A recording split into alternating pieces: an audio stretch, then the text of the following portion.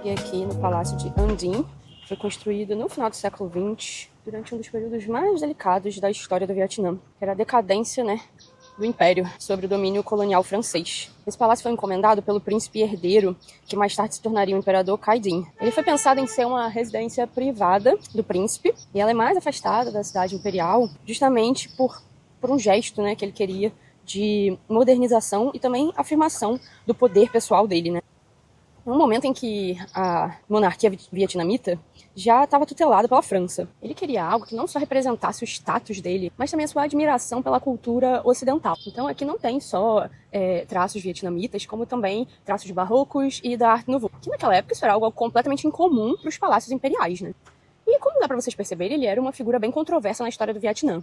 E não é só por causa do palácio. Muitos viam ele como um fantoche da França, porque o reinado dele coincidiu justamente com a colonização francesa. Não só com a colonização, mas no período em que a França estava de fato se consolidando no país. Ele também usava roupas ocidentais, e ele começou a introduzir reformas administrativas bem baseadas nas políticas europeias. Após a abdicação do último imperador do Vietnã, em 1945, o Vietnã rompeu oficialmente com a monarquia. Mas o palácio continuou sendo o lar da mãe de Bao Dai, até 1954, quando ela foi forçada a se retirar do local. Isso deu um ar assim, meio de melancolia histórica, como se esse local fosse a última âncora do país que ligava ali, que conectava ao período da monarquia imperial. Hoje em dia o palácio ele se transformou num museu e é super baratinho para entrar, custa menos de 2 euros, é 50 mil na moeda vietnamita. Ele fica a cerca de 15 minutinhos caminhando da tumba, de Dung Duc, e ele fica bem pertinho aqui do centro da cidade. Então é super fácil de vir conhecer ele caminhando mesmo, não precisa pegar nenhum tipo de transporte, a não ser que você queira, venha um Uber ou um Uber táxi, no caso, que não é Uber aqui, se chama Grab.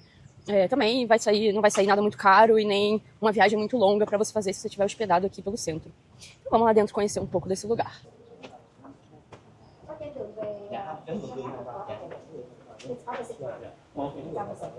You say 5 or 6 column.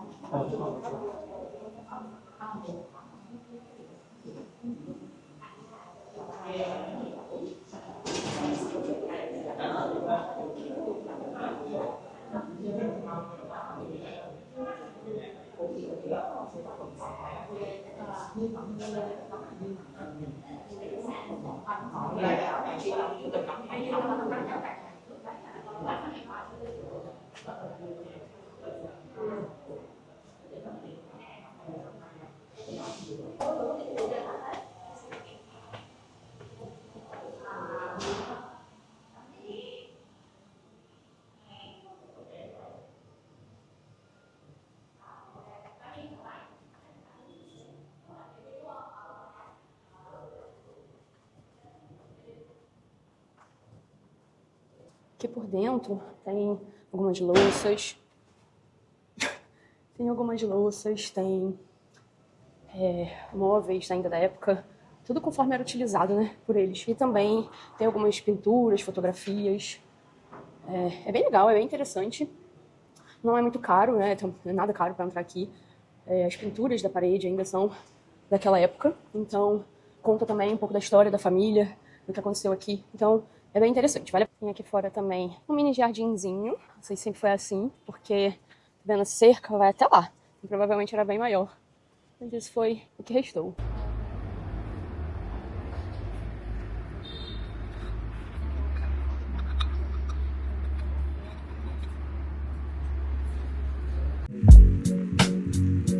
Eu vim aqui nessa tumba, que é uma das únicas que ficam aqui no centro mesmo da cidade. Tem que pagar para entrar, mas é 50 mil deles, que é cerca de 1,70 € mais ou menos. E aqui vocês também podem ver que tem também os leões, que eu expliquei para vocês lá da cidade imperial. Essa tumba aqui é de Luong Dung Duc. Ele teve, um reinado bem curto. Ele foi o 5º imperador da última dinastia imperial do Vietnã. O reinado dele durou apenas 3 dias, porque ele foi deposto e preso. E mesmo apenas 3 dias, é isso daqui que eles fazem para enterrar, um imperador. Que independente do tempo que ele reinou, ele continuou sendo um imperador, Ela não é tão grandiosa quanto as outras, mas eu optei por vir nessa aqui porque dava pra eu vir caminhando. E justamente por ela não ser famosa, ela tá vazia, Como vocês podem ver, só tem eu aqui. E ela também é baratinha de entrar. E pelas fotos é bem parecida com as outras, então eu acho que vale mais a pena vir aqui pra contemplar exatamente a mesma arquitetura Vocês podem ver ali os dragões, mas de forma mais tranquila, né? Sem a massa de turistas, gente tirando foto. Olha que lindo.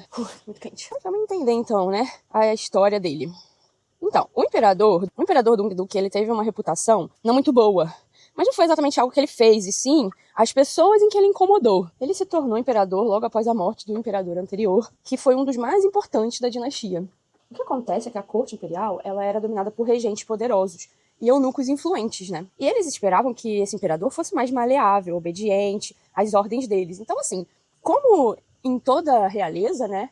Quem manda mesmo, no fundo, na verdade, nunca é 100% rei ou imperador. São sempre as pessoas poderosas ao redor deles, né? Que tem muito a ganhar também, e tem muito também, de certa forma, a oferecer ao governo, ao trono. Então, o que dizem é que ele tentou exercer o poder dele, né? Não ser apenas uma figura decorativa. É lógico que isso incomodou. Ele foi acusado também de comportamentos imorais. Uma vida mais, assim, livre, né? Se é que vocês me entendem. E ele entrou, né, logo nos primeiros dias em conflito com essas pessoas. 3 dias depois, ele foi deposto sobre essas alegações de má conduta. Ele foi preso e morreu logo meses depois. Provavelmente ele foi envenenado ou forçado a tirar a sua própria vida. E com isso, sem ele estar aqui para se defender, a sua reputação foi cada vez mais e mais manchada pelos seus inimigos. Ele nem sequer teve um funeral imperial digno. Mas o seu filho, Tang Tai, resolveu recuperar a imagem de seu pai e viu essas acusações como injustas. Ele já tinha um espírito assim mais nacionalista e resistia bastante à dominação francesa na época. E é lógico que ele tentou recuperar a honra do pai dele. Então, foi o filho dele, o atual imperador, que recuperou essa tumba aqui, melhorando, né, toda ela, sendo bem parecida com as tumbas dos imperadores antes dele. E até então, o pai dele nem sequer foi legitimado como de fato imperador, mas o filho dele sim conseguiu oficializar que o pai dele fosse de fato considerado legitimamente um imperador. Por isso que eu escolhi visitar essa tumba aqui e não as outras mais famosas. Por causa da história, que eu achei a história muito interessante. É muito triste, né, quando você tenta ir contra pessoas poderosas, né, contra governos, e você é acusado injustamente de coisas que você não é e ações que você não fez. Tudo isso pelo poder, pela ganância e até pela inveja. Então eu achei essa tumba aqui muito interessante, e ela foi feita, né, mandada fazer pelo próprio filho, que tentou recuperar a imagem de seu pai.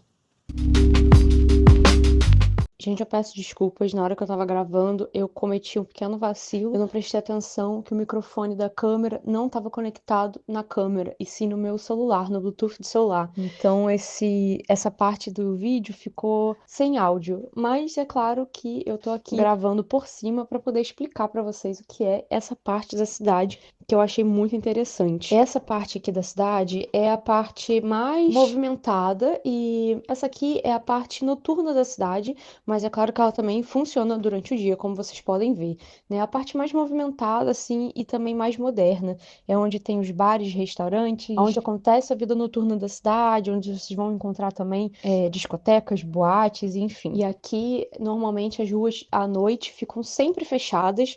É a rua pedonal da cidade, é onde não passa qualquer tipo de transporte, a não ser mesmo os pedestres. Então, vocês podem andar aqui tranquilamente durante a noite. Aqui, durante o dia, é bem mais silencioso e tranquilo, e à noite a gente vai retornar para vocês verem a diferença do clima aqui desse bairro. Mas Rouet, de forma geral, mesmo nas áreas mais centrais, tem o dia mais lento, é mais silencioso, quase contemplativo. É uma cidade realmente muito gostosa para caminhar e para descansar no meio do ritmo insano que eu vim de Hanoi.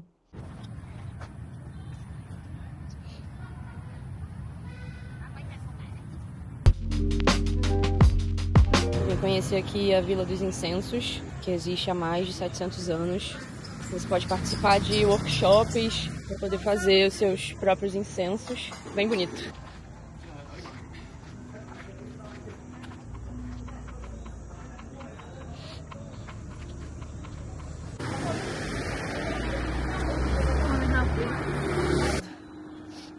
Olha que lindo.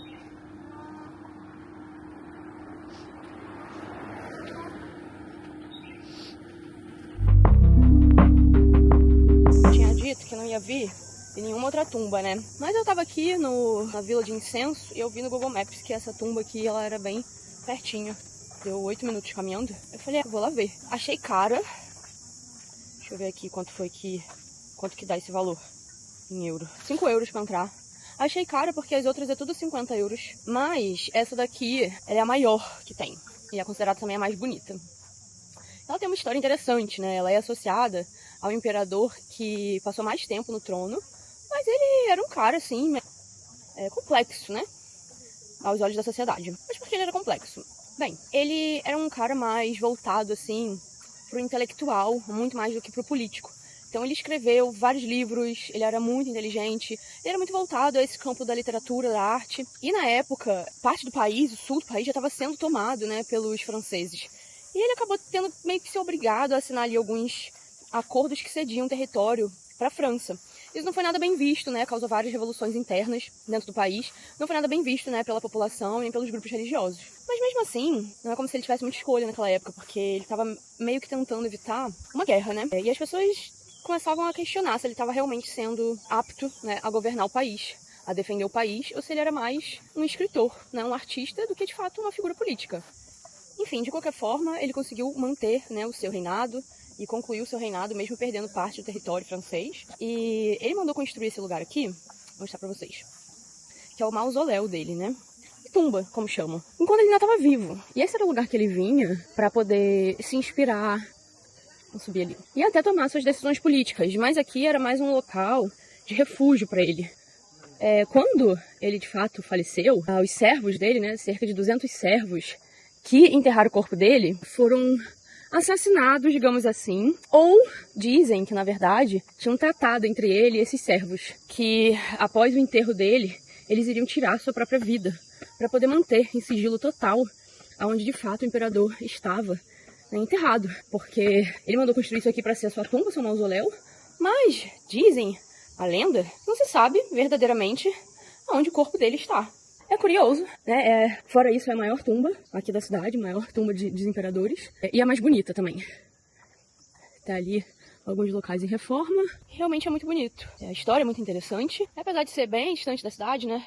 Se você vier aqui só pra isso, ia pagar táxi, ainda pagar pra entrar, não sei. Eu entendo, né, que eles têm que cobrar pra preservar, mas aquela história, você viu meu vídeo lá da Malásia, de certa forma, é um local que tem, né, o seu contexto religioso também, né, porque tem templos aqui dentro e tudo mais.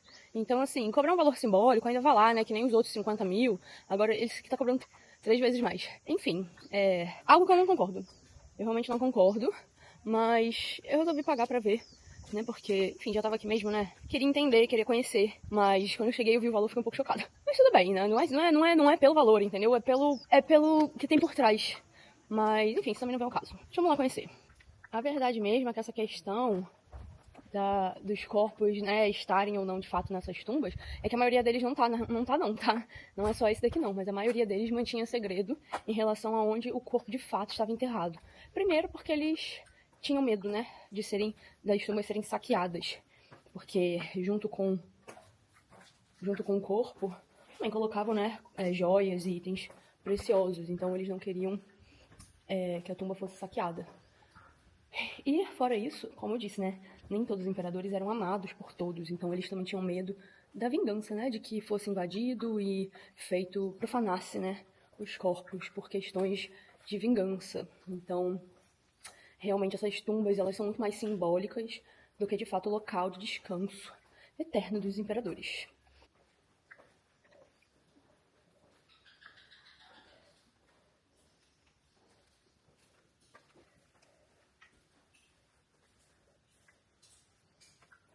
Esse local que a gente acabou de ver, não queria falar lá dentro porque tava entrando gente, eu não quero atrapalhar a visita.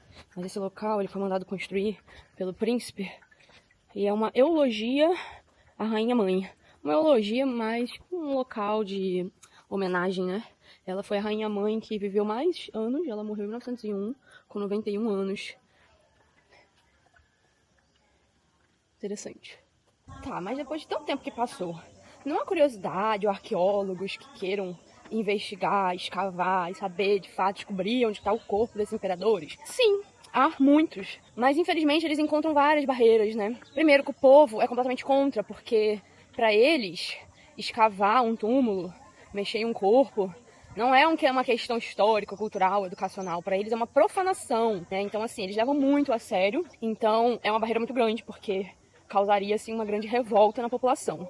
O governo também não é a favor, porque para eles é muito mais uma questão de preservar, né, a memória do que de fato saber onde eles estão, sabe? E também não tem pistas, não tem documentação, não se sabe nada. Então, assim, eles iam escavar onde? O quê? O país inteiro? Não tem como, sabe? Então, fica aí os mitos. Tem mitos, né? Tem várias lendas de onde possivelmente eles estão. Talvez eles até estejam de fato aqui, enterrados debaixo de uma árvore, alguma coisa assim. Mas ninguém nunca vai saber. Isso aqui é muito fotografado. É o Lago das Carpas. Não sei se vocês conseguem ver elas ali. Tem uma grandona aqui. E provavelmente esse era o lugar em que ele passava mais tempo, né? É um local bem conectado mesmo com a natureza aqui. Tem que tirar o sapatinho. Não pode entrar de sapato.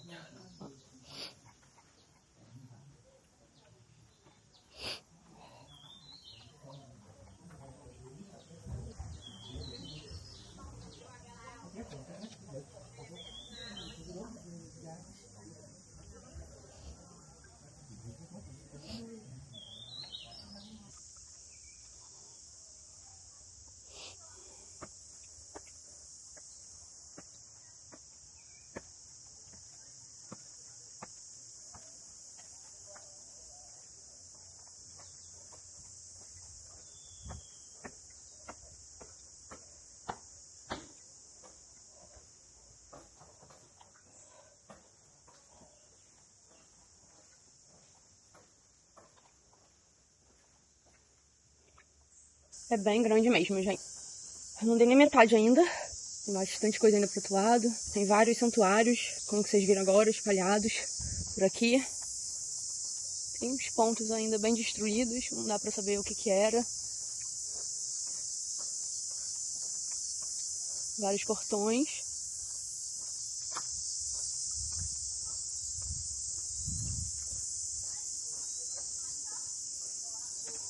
É bem pacífico, dá pra entender porque que ele usava isso aqui como um refúgio e inspiração para ele criar suas obras, né? Fiquei curiosa para saber o que que ele escrevia. Vou procurar e ver se eu trago aqui um texto para vocês. Ó, essa daqui, sim, é a tumba da imperadora, a primeira esposa dele. Ela morreu em 1902 e aqui ela de fato está. Eu tenho comprovações históricas de que ela de fato está aqui. Eu não sei exatamente em qual parte desse ambiente é a tumba, né? Se é tudo, se ela tá aqui embaixo, se ela tá aqui no meio. Eu não sei exatamente qual parte de toda essa construção eles consideram como uma tumba, né? Mas ela está aqui em algum lugar. Talvez seja isso aqui dentro. Vamos ver. Com certeza é isso aqui. Ou isso. Oh, Jesus. É agora o que é. Bem, deve ser isso. É isso daqui, com certeza. É os incensos. Interessante, né? Eles fazem aquele pedaço ali que parece uma tumba, porque na minha cabeça é o formato de tumba que a gente tem no Ocidente. É mais retangular. Mas na verdade não é. É essa daqui. Vivendo e aprendendo. Eu encontrei um poema dele para sua concubina. Eu achei isso interessante pra gente entender. Deixa vocês verem a minha cara um pouquinho. Pra gente entender como é que funcionava isso, né? Então eles adotaram muito da cultura e da hierarquia chinesa. Então era normal o imperador ter mais de uma esposa ao mesmo tempo. Na verdade, a intenção era eles terem um harém. Mas tinha a imperatriz, que era a esposa oficial, e ela era escolhida mais por questões políticas do que de fato por amor. E as concubinas, elas formavam uma espécie assim, de corpo de mulheres, digamos assim. Mas vamos colocar dessa forma que talvez seja mais fácil de entender. Elas estavam ali sempre a serviço do imperador e elas eram classificadas em graus, patentes. E quanto mais próxima do imperador, mais influência elas tinham. E ele fez um poema para Tibang, que foi a concubina mais amada pelo imperador. Isso é muito complexo, né? Porque a imperatriz, de fato, talvez nem sequer tivesse o amor dele. Mas uma concubina teve. Ele não teve filhos biológicos, porque, segundo os documentos que encontraram, ele teve varíola. E parece que isso deixou ele infértil. Ele adotou um sobrinho dele para ser o herdeiro do trono. E diferente do que a gente pensa, as concubinas não tinham só um papel para aquilo que normalmente a gente pensa, né? Para ter ali o coito com o imperador.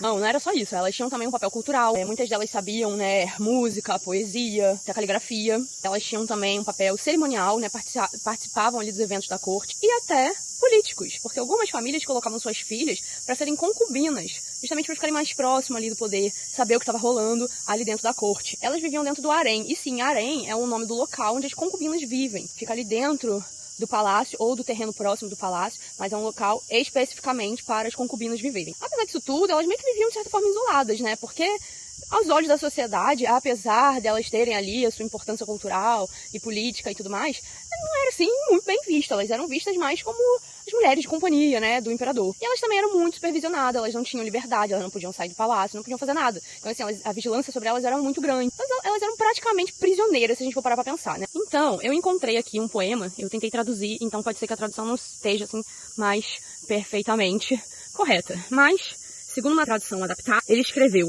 ó, Sibeng, que era o nome dela, já se foi. Amor, afeição, destino. Chuva de verão, sol no alpendre, o roxinol fala. De manhã, no portão, ao meio-dia no pátio, o salgueiro permanece. Quebra o espelho antigo pra te buscar na sombra. Dobro tuas roupas gastas pra guardar o teu calor. Tento cortar esse amor, mas ele se enlaça ainda mais. Pra sempre me persegue, sem cessar. Palavras profundas, né? Então, assim, percebe-se quanto ele amava ela, né? Ele tava ali sofrendo com a perda dela e querendo se apegar ao que sobrou, ao material que ainda tinha o cheiro, o calor, né? Provavelmente o salgueiro, de repente, era um local onde eles se encontravam, então tem ali aquela alusão ao salgueiro, né? Então, interessante, ele era realmente um poeta, né? Como vocês podem ver. Tinha palavras intensas, bonitas, e usava bastante elementos da natureza. Não é à toa, né? Olha o local em que o cara construiu para ser supostamente seu local de descanso, mas não só isso, o seu local de inspiração enquanto ele ainda estava vivo.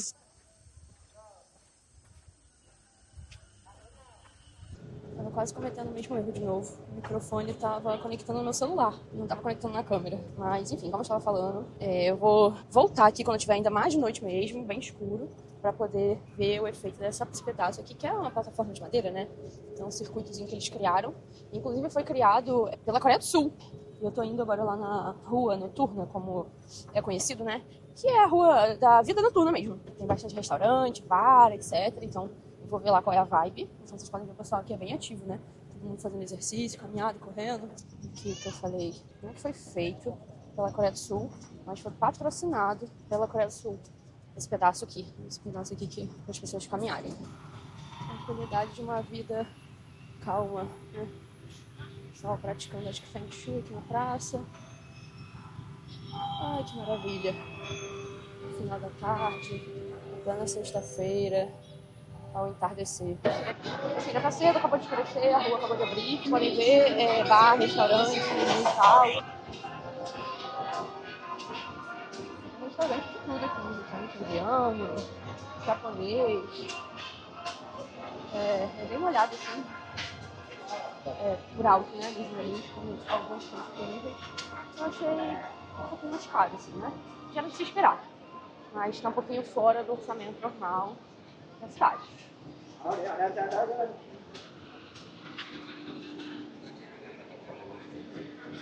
Sushi, um mercadinho, bar, restaurante. Agora já tá mais cheio, mas eu tô até com medo de continuar gravando aqui e dar ruim por causa dos direitos autorais das músicas. Porque é muita música em todos os lugares, então ou eu vou ter que mutar tudo, né? Aqui já tá mais tranquilo, então dá pra filmar melhor. Vou deixar pra vocês sem correr o risco de eu levar uma penalização por direitos autorais, né? Isso aqui parece um salão de eventos. Eu passei aqui ontem, tava tendo um casamento, tá tendo outro hoje. Tava tudo colorido lá dentro. Tá começando a ficar bem agitado, tá chegando bastante gente. Eu já jantei.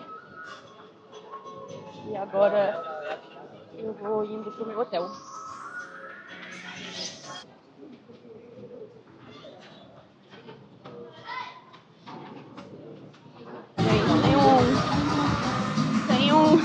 Ai, eu tô com muito medo de ter uma penalização por direito autoral, mas tem um Transformers ali dançando, cara. Olha isso.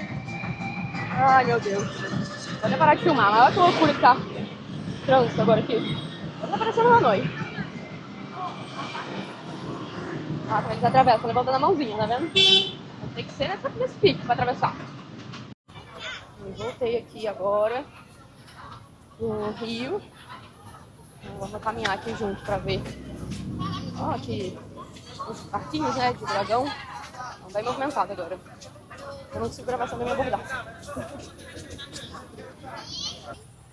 É uma flor de lótus. Starbucks tem café bem ruim, né? Mas eles apostam bastante na arquitetura. Isso realmente não dá pra negar.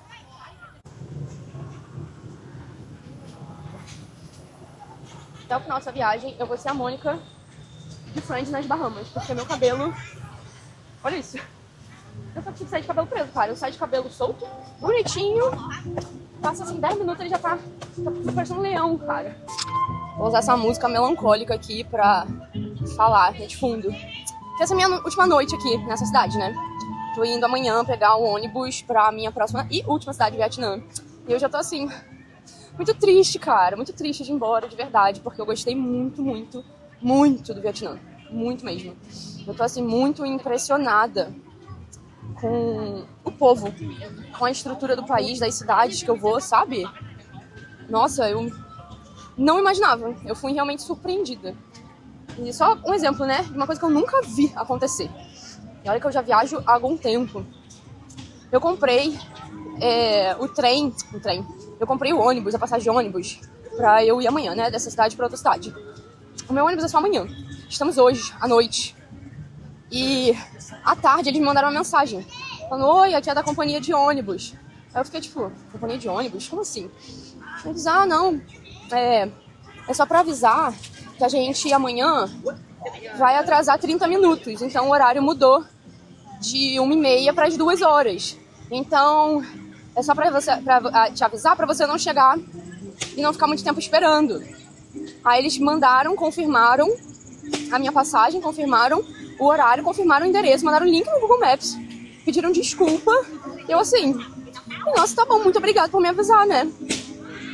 Eu fiquei chocada, cara, porque eu nunca vi isso.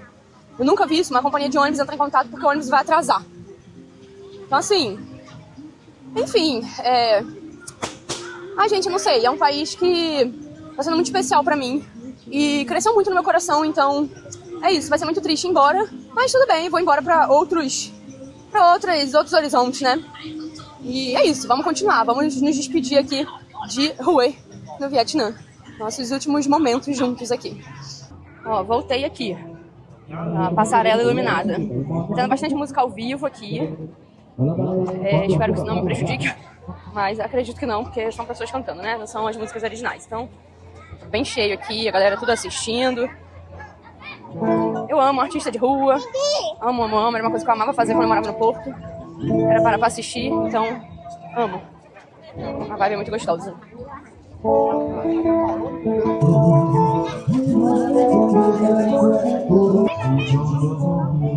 Os garotinhos soltando pipa. A pipa aqui, a pipa não só aqui. Gente, calma lá. A pipa não só aqui, né? Aqui na Malásia, nas Filipinas. É uma tradição muito... Uma tradição, né? Muito forte, faz muito parte da cultura deles. Inclusive, eu quero falar um pouco sobre isso, porque uma vez eu li um livro sobre isso e me marcou muito. Então, eu tô vendo muito essas pipas, né? Desde que eu cheguei na Malásia. Singapura eu não vi, não, mas na Malásia eu vi bastante, aqui eu tô vendo bastante. E tá me lembrando muito desse livro, né? Então, vamos explicar melhor essa cultura aí das pipas, né? Parei um pouco aqui pra falar um pouco com vocês, suada, descabelada, sobre a história das pipas, né? Então vamos entender melhor. Aqui no Vietnã, mais propriamente, a tradição das pipas ela é milenar, né? E antigamente as pessoas usavam nas plantações de arroz, porque, segundo a lenda, espantava os maus espíritos. Tanto que algumas delas até tem umas flautazinhas de bambu, assim, na sua estrutura, porque elas soltam um som que, segundo eles, era um som que espantava os maus espíritos. Já na Malásia, é ainda mais profunda a história, porque ela virou um símbolo nacional. E ela é chamada, né, em malaio, de a pipa da lua. Ela tem um formato, assim, que lembra uma lua crescente ou uma borboleta. Ela tem vários festivais, né, de pipa. E elas são pipas bem grandonas, assim, né? Se vocês acompanharam, né, os meus vídeos, vocês viram que bem na frente do Mercado Central tem uma rua. E tem o desenho, assim, a entrada da rua é um desenho de uma pipa gigantesca, assim. E como eu tava falando com vocês, quando eu era mais nova, eu li um livro que se chama Caçador de Pipas, que inclusive eu recomendo muito. Ele não se passa no Sudeste Asiático, na verdade ele se passa no Afeganistão. E o livro tem um significado muito profundo, né? É um livro bem dramático, porque na época do Talibã, né, no Afeganistão, as pipas foram proibidas. Então ela tem um significado, assim, de redenção, de memória, enfim. Eu recomendo o livro, ele é muito bonito e é muito importante. Vamos entender então a história da pipa, né? Ela surgiu na China e ela era feita de bambu e seda. E ela surgiu há mais de 2.000 anos atrás. E além dela ter esse significado também de afastar os maus espíritos, na verdade ela era usada como... ela era usada pelos militares. Ela era usada para medir distâncias e até para enviar sinais. No Japão também tem a cultura da pipa. E tem uma tradição que soltar pipa no Ano Novo e em festivais agrícolas é uma tradição. E representa prosperidade, sorte e renovação espiritual. Na Índia também, né, também tem a tradição das pipas. E tem um dia específico de janeiro que o céu ele se enche de pipas, assim, é tipo um festival. É um ritual de transição, de deixar o velho e receber o novo. E também tem umas batalhas, assim, de pipas que são bem comuns na Índia. Então, basicamente, essa é a origem. E existem em diversos países, diversas culturas, até no Brasil mesmo, uma cultura muito forte da pipa, né? Pelo menos era quando eu era criança, agora já não sei, né? As crianças hoje em dia só estão no tablet, celular, não sei nem se elas soltam pipa mais, né? Mas era uma tradição muito forte no Brasil, né? Apesar de ser diferente, não tinha, assim, o mesmo significado, talvez, que tem nessas culturas asiáticas do Oriente Médio. Mas ela surgiu, né, como eu expliquei, há mais de 2.000 anos atrás, num intuito militar, assim, né? Então, acabou se espalhando e virou uma brincadeira de criança, começou a fazer parte da tradição, cultura, espiritualidade, então já foi mudando, transformando e moldando o significado. Mas eu acho muito interessante. Eu vi os meninos ali soltando pipa e me lembrou da minha infância, me lembrou do livro que eu li e acabou juntando tudo, porque eu já tinha visto na Malásia também, e me deu na ideia de vir trazer pra vocês a ideia, a explicação, né, a história da pipa, porque faz parte, né, da cultura mundial, né? Não vou nem falar asiática, nasceu na Ásia, mas acho que se espalhou de uma forma bem consistente pelo mundo. Então, é isso. E com isso eu encerro a minha aventura aqui em Hue, essa cidade tão importante, milenar e tão fascinante, né? Uma cidade pequena, que para alguns talvez seja entediante, para outros talvez seja fascinante. Então eu recomendo você vir, conhecer e tirar as suas próprias conclusões. Valorize a história, valorize a cultura dos lugares que vocês vão, porque nem tudo que é pequeno, simples, deixa de ter sua importância e a sua profundidade. Então, como sempre, se você gostou, não esquece de deixar o seu like, não esquece de comentar aqui o que você achou, compartilha com um amigo e se inscreve no canal e ativa o sininho, né, pra não perder nada, nenhum conteúdo, porque ainda não acabou. Não acabou nem o Vietnã, quanto mais o restante da minha aventura pela Ásia, né? Então, continua acompanhando aí. E é isso, obrigada por acompanhar e até a próxima. Tchau, tchau!